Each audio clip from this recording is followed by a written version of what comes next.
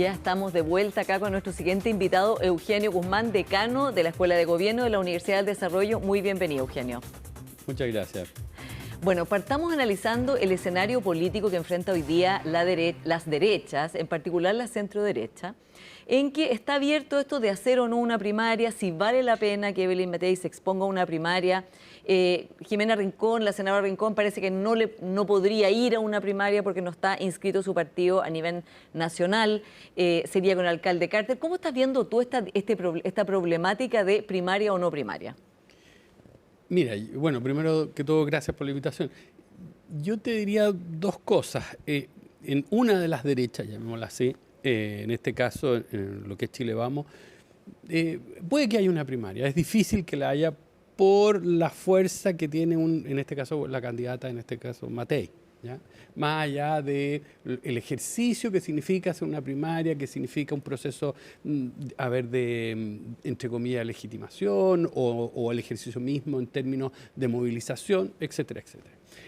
Veo difícil a esta altura, no se ven muchos candidatos. Previo conversamos, bueno, ¿y qué pasa con, ¿no es cierto? Con Franco Parisi, con que Franco también Parisi, llegó a que tú me Chile y decís, dijo estaría disponible para una primaria. Me imagino que con Chile Vamos, ¿no? Bueno, uno esperaría que fuera con Chile Vamos. No veo que haya mucho trazo, mucha posibilidad dentro del mundo de la izquierda y la centroizquierda. No, eso claramente no. Claramente sería con no. libertarios y con republicanos. Claro, esa sería la otra posibilidad. Pero por otro, bueno, ahí déjame hacer una salvedad. Entonces, por el lado de Matei parece difícil que pueda haberla, independientemente que haya la disposición. Y por el otro lado, ¿no es cierto?, lo que es Kaiser, Kast, veo difícil porque hoy día, si se hubiera una elección primaria, dependiendo del tipo de gente que participe, el volumen de personas que participe, que también importa cuánta gente participe, yo vería que es más posible una derrota de Kast, lo que no sería muy bueno para el mundo republicano después de este drenaje de gente que se han ido a apoyar a Kaiser de manera sorpresiva. Imagínate que hasta enero o diciembre del año pasado, un poco antes, por ahí, Kaiser no marcaba 2, 3% y de repente se dispara a 10 y después a 17. O sea, ¿sería muy malo para José Antonio Kast exponerse a un escenario así de ir a una primaria con Kaiser? Yo diría que sí, en la medida en que eso en la medida en que él esté pensando a futuro. Segundo lugar, tendría que chapeau, o sea, tener que apoyar a ese candidato y sujetar al partido a esta nueva figura que es el Partido Nacional Libertario. Y ahí entronco con Parisi. Esto de Nacional Libertario es bien poco común, es extraño. Me recuerda una novela de Emmanuel Carrère que se llama Limonov, que había, me acuerdo, unos nacional comunistas, una cosa así, que era un engendro raro entre nacionalismo ruso, muy propio de la era stalinista hasta el día de hoy, pero también con atisbos tradicionales, con cristianismo, etcétera, etcétera, etcétera. Bueno, acá lo mismo. O sea, ¿encuentras contradictorio el partido del diputado Kaiser? Sí, porque cuando tú ves el mundo libertario en los Estados Unidos, es un mundo bien liberal, o sea, en lo que llamamos temas culturales, o sea, aborto, matrimonio de personal mismo de género, sexo, como se le quiera llamar, en materia de legalización de drogas, etcétera, etcétera. Pueden haber discrepancias, diferencias, pero como que esa línea está bastante zanjada, digamos, o delineada, ¿ya? Pero acá no, porque hay elementos social cristianos, hay elementos de cierto autoritarismo, hay nacionalismo, hay proteccionismo. Hay antivacuna. Hay antivacuna, ya en una sociedad que no está dispuesta con una tradición de vacuna, en fin. Entonces es como un producto, digámoslo así, complejo. Llamémoslo así. ¿Ya? Entonces, claro, en ese grupo podría tener cabida Parisi. Pero sobre todo con el propósito, al igual que cualquiera de los candidatos aquí, sobre todo Kast, y creo yo, también Kaiser, es fortalecer sus nuevos partidos. En el caso de Kast, antes de que apareciera Kaiser, su gran propósito era fortalecer su partido. Claro. Hoy en día se ve, a menos que hagan protocolos o cosas de esa naturaleza, se ve más delineado eso, más feble, más frágil. Entonces, bueno, probablemente Parisi vaya en esa línea. Total, no le fue mal, parlamentariamente, y después en municipales fue bastante escuálido el resultado, pero en en lo que fue parlamentario, bueno, Claro, se le repuntó. fue desgranando el choclo después porque Exacto. se fueron todos los que eran del partido de la gente. Exacto, entonces Sí. esta es una oportunidad. Entonces yo lo vería más en ese mundo. Ahora, no obstante, también puede ser que participe en una primaria de Chile Vamos. Pues, Ahora, ¿qué explica el fenómeno Kaiser? Que según algunas encuestas sigue subiendo, según otras se estancó y empezaría a haber bajado, pero sin duda, como dices tú, es un fenómeno y está disputándole a José Antonio Kast y ganándole en muchas encuestas. Bueno, yo creo que hay dos cosas, o sea, varias cosas, y que a otros analistas yo se los he escuchado, y es, por una parte, la fragilidad de la política chilena. Está frágil, ¿ya? La entrada al escenario en la política de un grupo muy grande de personas que durante décadas no estuvieron en la política Claro, y chilena. con el voto obligatorio ahora tienen que ir a votar. Exactamente. Pero también tiene que ver con lo que podríamos llamar rabia, ¿no es cierto? Esta es una elección en donde hay rabia. Hace tiempo hay rabia en el país. Y esa rabia se proyecta hacia las instituciones, a veces expresada en desconfianza, muchas veces, o hacia las autoridades. Es como una especie de pubertad política por la cual estamos pasando, un ciclo que no queremos nada de autoridad, nos rebelamos contra el padre por todas las formas posibles. Y esa rabia se cristaliza en el gobierno, se cristaliza en instituciones, en órganos, etc. Y de alguna manera Kaiser, desde la pandemia, si usted te fija, ha estado en esa línea y captura, ¿no es cierto?, ese sentir. La pregunta es si todos estamos rabiosos, ¿ya? O si todos quieren canalizar la rabia de esa manera, ¿no? Exactamente, y a través de este candidato. Hoy día Kaiser tiene que ver si es que llega abril y después si es que llega agosto. Ya, agosto es un mes complicado a las personas de mi edad, pero también para los candidatos. Hay que pasar agosto. Claro, porque hay que, ¿no es cierto? Ya tienen que estar inscritas las candidaturas y obviamente tener recursos. Ya, hoy día pareciera ser, no sabemos con cuántos recursos él cuenta. Pero siendo así, yo tengo la impresión, volviendo un poco a lo que tú me mencionabas, no todas las personas tienen la misma rabia, ni quieren canalizarla ni a través de él, ni de esa manera. Y bueno, y eso es lo que vamos a ver ahora. Claro, y menos en un momento como este que vamos a conversarnos con todos los cambios y las disrupciones que está provocando la política de Donald Trump en el mundo. ¿Qué debiera hacer Chile Vamos, ¿no?, con esta realidad de tener dos personas hacia su derecha, que son Kast y Kaiser, y todo este debate en torno a que si después tendrían que gobernar con ellos, ¿no? Es lo que decía Andrés Velasco la semana pasada en este mismo programa, decir, bueno, ¿qué va a hacer la candidata Evelyn Matei si es que gana, cuando va a tener que hacer gobierno, hacer coalición con Kast y Kaiser muy probablemente y con el Partido Social Cristiano, porque no va a tener una mayoría en el Parlamento sin ellos, y va a tener que enfrentarse a qué hace con, por ejemplo, declaraciones contra las vacunas que hizo el domingo pasado Johannes Kaiser, ¿no? Que salen a desmentirlo después, pero es un daño que se hace, ¿no? O con las afirmaciones que ha hecho contra el cambio climático, de tipo negacionismo climático, o también con que ya volvió con la idea que había tenido José Antonio Kast antes de eliminar el Ministerio de la Mujer. Entonces, si bien Evelyn Matei tiene una postura muy distinta, ¿hasta qué punto puede ser posible incorporar esa perspectiva y no perder identidad? Mira, bueno, tú ya lo dijiste, o sea, hoy día el problema no es si puede o no ganar Matei. Hoy día aparentemente existe bastante evidencia que en una segunda vuelta Matei ganaría. Visto hoy día. Puede pasar muchas cosas, pero visto hoy día. Entonces el problema se traslada a cuál va a ser la composición del Congreso, Senado o Cámara de Diputados. En dos listas, obviamente, eso va a disminuir las posibilidades, ¿no es cierto?, de que Chile Vamos pueda tener una mayoría. Si no hubiera habido este fenómeno, era cosa de sumar y restar, y entre republicanos del momento, que hoy día parecen mucho más moderados en muchas cosas, y Chile Vamos, esa mayoría se hubiera logrado en ambas cámaras. Hoy en día se ha ido discurriendo esa posibilidad, o sea, se ha ido arrancando, de usar un término. Pero la pregunta que uno surge, bueno, ¿habrán suficientes candidatos con suficiente appealing Atractivo. Atractivo, eso, ya esa es la palabra más castiza, o castiza, ¿ya?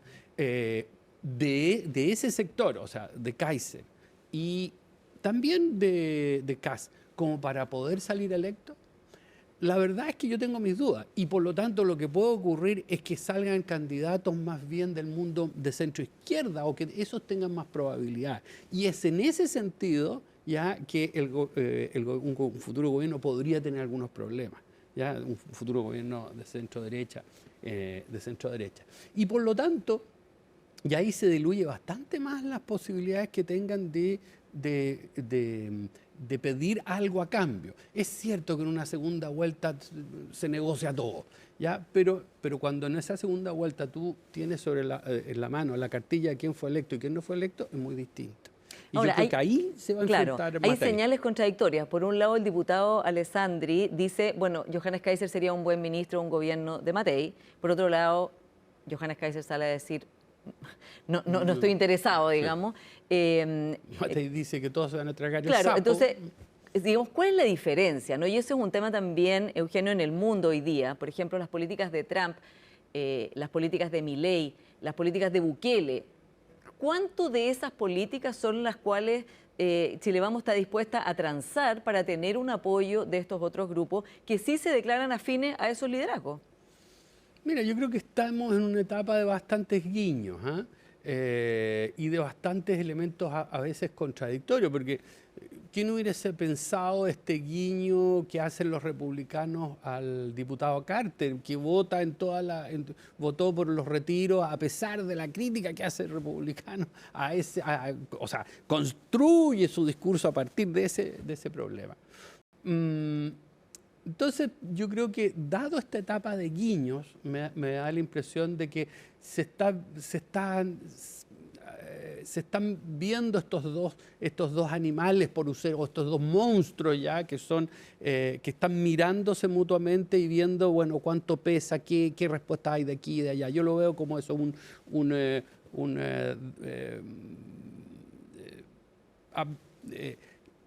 pesarse. O sopesarse, ¿ya? Entonces, por lo tanto, se dicen mucho esas cosas y, bueno, no creo que eso, conforme pase la campaña, probablemente, dependiendo de lo que ocurra, puede ser mucho más competitivo. O sea, ¿a quién le tiene que quitar votos un eventual Kaiser o un eventual Kast? No se los va a ir a quitar al frente, sino que va a tratar de quitarlo al mundo de centro derecha o ese mundo neutro que hoy día está ahí. Ahora, ¿se hace cuesta arriba todo esto para la candidata Evelyn Matei? Porque con dos candidatos hacia su derecha, quizá el Partido Social Cristiano también quiere llevar un candidato, ¿no? Sí. Rojo Edwards. Por otro lado, Franco Parisi, que también está en el espectro de votante de ese sector. ¿No está eso también siendo un reflejo de que en vez de apoyar a una candidata que tiene muy competitiva, la están torpedeando de todas partes? No, ciertamente. No, por supuesto. O sea, de todas maneras. O sea, todos van a sacar, están de alguna manera buscando nichos. ¿Qué es lo que se ha transformado con el cambio de sistema electoral desde mi punto de vista a la política chilena? O sea, todos buscan, o sea, los partidos políticos, una vez formados, con las facilidades que hoy día se pueden formar, ya podría ser mucho más estricto, bueno, necesitan tener candidatos que les tributen votos y por eso que candidatos presidenciales me refiero, y que les tributen votación de manera tal de poder seguir continuando. Y obviamente eso no tributa a la unidad, digamos. Sí. Bueno, y además hay otra cosa, o sea, cuando tú ves, déjame mirar un poquito más al frente, mientras menos expectativas tú tienes de ganar, más lejos se encuentra el triunfo. Que un poco lo que está pasando hoy en día, que no sé si Bodanovich ha dicho algo, no sé si Winter finalmente terminó por subirse, no sabemos qué pasa con Jara. Bueno, es lo mismo. Ahora, pasa un fenómeno parecido como el que tú describiste. ¿Por qué, si aquí hay expectativa de ganar, uno diría, ¿por qué no ocurre lo contrario? Y claro, porque no hay una convergencia, ¿no? Hacia alguna carta que pueda ser la más competitiva o la más idónea. Exacto. Que era lo que ocurría en los 90 y en los 2000 antes del cambio de sistema. Porque tú arriesgabas mucho ir por fuera. Sí. ¿Ya? Ahora, hablemos de la última elección y del caso de Joaquín Lavín, el exalcalde Joaquín Lavín, que también, al igual que la exalcaldesa Matei, a esta altura era la persona que, sin lugar a ninguna duda, estaba rankeando primero en las encuestas, él y el alcalde Jadwe es otra historia, pero ¿qué pasó en el caso de Joaquín Lavín que podría repetirse ahora? Que es una candidatura que está muy bien aspectada, que congrega una cierta transversalidad o que va más allá de las fronteras del sector, ¿no? y que de pronto se desploma de esa manera. ¿Qué lecciones crees que hay ahí, Eugenio, que debieran tomarse en cuenta de cara a esto que se está viviendo ahora, con esta cantidad de candidaturas muy atacantes, podríamos decir, de Evelyn Matei? Mira, yo tengo la impresión de que obviamente hubo un proceso de desgaste del candidato Lavín. Pero por otro lado, algo que no se dice muy frecuentemente es que ¿qué explica que habiendo ganado una primaria que fue bastante exitosa, de mucha movilización, en donde el actual alcalde Sichel gana esa primaria con una muy buena votación, ¿no es cierto? Después, posteriormente, la elección obtiene un resultado, está en tercer lugar, creo, sí, o algo así. ¿Ya? Y entonces eso nos muestra otro problema, que a veces las primarias que hacemos ya no tenemos la capacidad para administrarlas de manera adecuada. O sea, un sector, o sea, tú mencionaste Jadwe. Yo no creo que un mes o 2 meses antes, de hecho, a la primaria de Jadwe, Boric se sube tardíamente. Claro. Nadie apostaba nada. Y además estaba la dificultad de que juntar a las firmas, ¿no? O sea, fue todo muy cuesta arriba. Todo muy cuesta arriba. Y de repente, ¡bum!, Boric gana. Y gana razonablemente. Bueno, yo creo que ese es el problema, el riesgo de las primarias. El riesgo de las primarias es que expresa las preferencias de un sector, pero no necesariamente las preferencias de los electores en un país. Y en el escenario como más grande. Exactamente, claro, en el escenario nacional. Y yo tengo la impresión de que en ese sentido, ese es el riesgo de las primarias, siempre el riesgo de las primarias. Y en ese sentido yo creo que el aprendizaje es nada menos que eso, y que por lo tanto los candidatos que tú tienes que tener sean candidatos que estén marcando bien. Hoy día yo no veo ningún candidato en cualquier primaria que pueda, ¿no es cierto?, prima facie, digamos, derrotar a Matei. Y desde ese lado, entonces, ¿no habría que insistir a tu juicio tanto con la idea de que Evelyn Matei tiene que ir a primarias, que es hoy día como un punto, ¿no? Ella misma ha dicho, yo voy a buscar la manera, porque de alguna manera se la expone, ¿no?, a tener que competir con personas que tienen muchísimo menos. La senadora Rincón, digo, si soluciona el problema que se ha advertido, que ella dice que no lo tiene, pero solucionado, marca un punto, ¿no? Y el exalcalde Carter tampoco está marcando en un nivel. ¿Le vale la pena ir a esa primaria de todas maneras? Te voy a ser bien franco, Paula. Yo creo que es muy difícil decir que tú no vas a hacer primaria. Ya. A menos que seas, no sé, Kaiser o que seas Kast. No, yo voy a la primera vuelta porque esa es la verdadera primaria. Pero es muy difícil para partidos institucionales, para partidos que son nacionales, que no están en 8 regiones, sino que están en todo el país, ¿ya? Decir que no.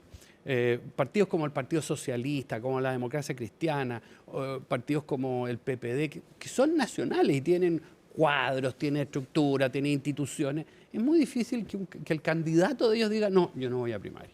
Yo creo que esa es finalmente la razón. Es una forma de sortear la pregunta. Sí, claro, y concurrir. Hablemos de esta semana en que el presidente Trump lanzó su tarifazo, digamos, sus aranceles, que ha sido el tema en todo el mundo, ¿no? Hay personas que han comentado, bueno, ahora esta derecha de Trump está con las políticas proteccionistas y China está defendiendo, ¿no? Un gobierno comunista está defendiendo la apertura y el libre comercio. Ahora, China es un país abierto al mundo, pero sin embargo, ¿cómo la derecha, la centroderecha o la derecha moderna, podríamos decir el piñerismo, tiene que enfrentar este fenómeno de Trump, este fenómeno de Milei al otro lado de Argentina, ¿no?, que tiene muchos logros económicos, pero está nombrando jueces por decreto, ¿no?, también, o de Bukele en El Salvador, que también tiene muchos logros, pero a costa del Estado de Derecho? ¿Deben tener una postura clara de decir esto no nos interpreta, o más bien, que es lo que están haciendo ahora, quedarse en silencio? Mira, yo el otro día conversaba con un amigo mío norteamericano, un hombre muy de ese mundo libertario, de frentón, y el nivel de confusión es atroz. O sea, lo que pasa es que lo que está ocurriendo en Estados Unidos y también acá es que algunas medidas que tú tienes de Trump, tú dices, bueno, tendrá que haber una asimetría. Si este país te pone un 40%, 50% arancel y tú no le pones nada, bueno, suena razonable.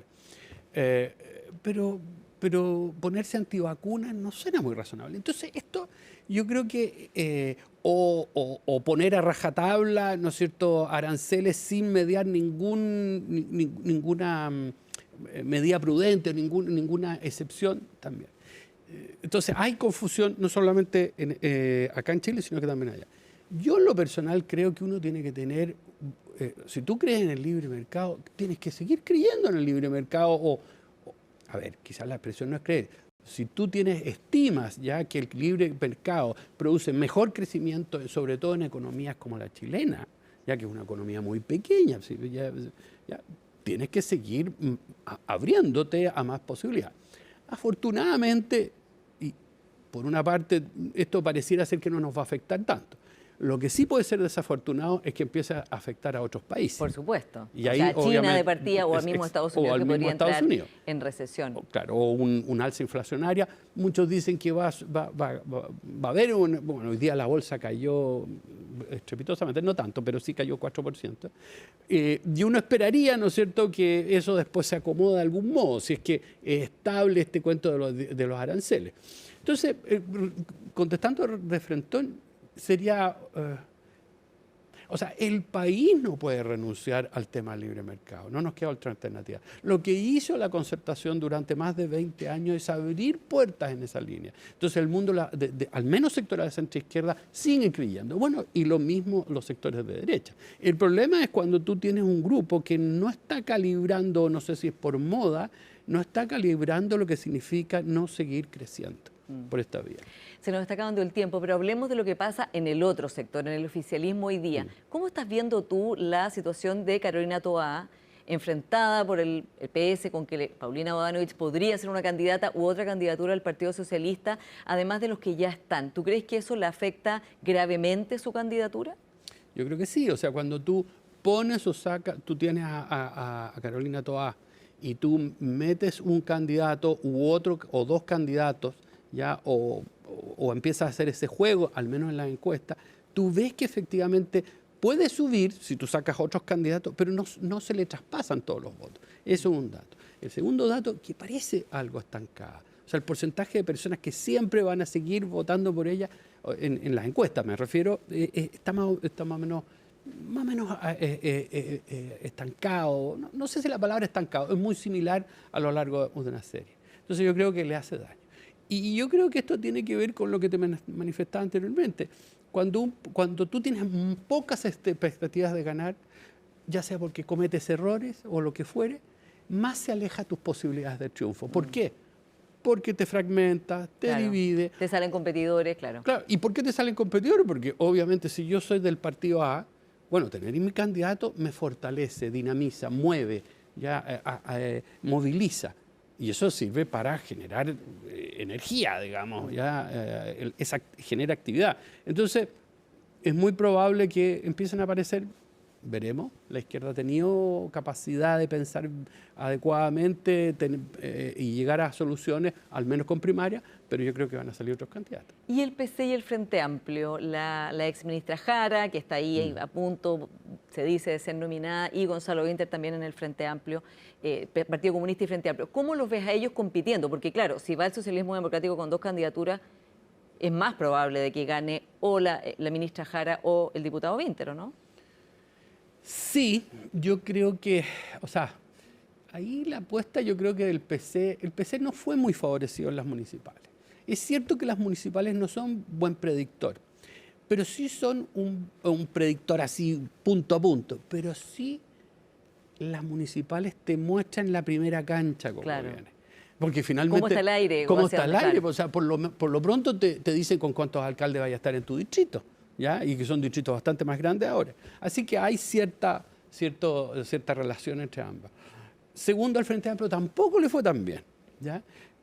Tercero, los costos que ha pagado el Frente Amplio por distintas situaciones, que se una diputada que le pasó esto a un diputado, distintos casos que ya sabemos que puede ser odioso detenerse en cada uno de ellos, creo que ha afectado su modo.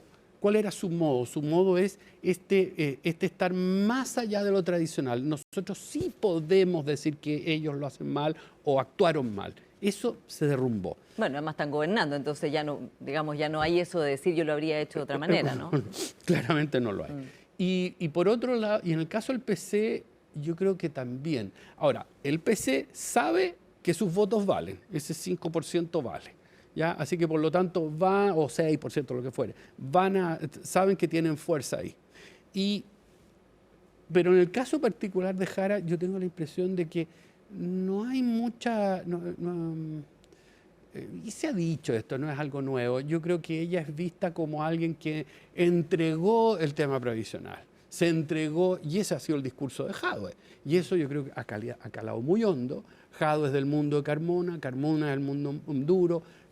Todo el mundo más moderno o reformado está hoy día en una situación compleja, Cariola, qué sé yo, y otros. Entonces yo no veo tan fuerte a Jara. Ahora, desgraciadamente Jara ahora no puede ser senadora. Claro, ya va a ser su momento. Entonces es una pérdida importante. Ahí hay un problema de cálculo que tuvo el PC. Y por último, Eugenio, de todas las candidaturas del oficialismo que se ven hoy, ¿no? Todas las que hemos hablado, ¿cuál es la más competitiva a tu juicio frente a Evelyn Matei? ¿Cuál le haría más problema o cuál sería más difícil de enfrentar? Yo creo que era mucho más, parecía ser más fuerte Bachelet. Hoy día Bachelet no está. Pero yo creo que Toá, lo que pasa es que todavía no hemos visto bien a Bodanovich, ¿ya? Bodanovich Paulina. Paulina Bodanovich, claro. No Bodanovich, sí, que ya dijo que no, Paulina Bodanovich. Ya, yo siempre hablo con los apellidos, costumbre de mi generación. Sí, pero en una de esas Bodanovich podría ser fuerte, porque no la hemos medido mucho. Sí, aún no marcan las encuestas. No marcan las encuestas, no la hemos visto mucho. Pero sin lugar a dudas, si sacamos a Bodanovich, Paulina, ¿cómo se llama? Carolina Toá. Bueno, y veremos qué pasa entonces con su candidatura y el oficialismo y, por supuesto, a la oposición de cara a esta elección presidencial. Eugenio, muchas gracias por esta conversación. Gracias a ti. Y a ustedes, como siempre, muchas gracias por su sintonía y nos encontramos la próxima semana.